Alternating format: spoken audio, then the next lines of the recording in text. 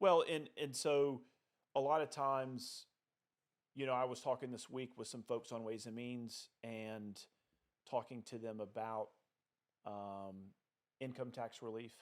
You know, and my point to them was, guys, whether it's the House bill that we've already passed, I think delivering on a substantial income tax relief and property tax relief is got to be a priority. And we've already passed the income tax.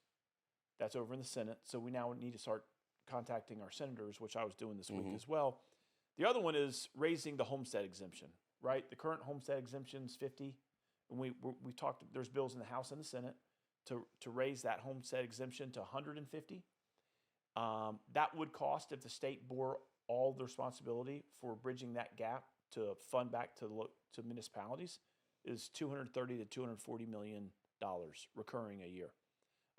Now, should the state bear 100% of the responsibility?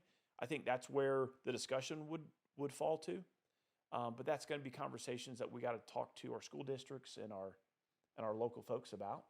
But I think we need to do it, right? Again, we talk about indexing of a gas tax. Guess what we didn't do either? We didn't index the homestead exemption either.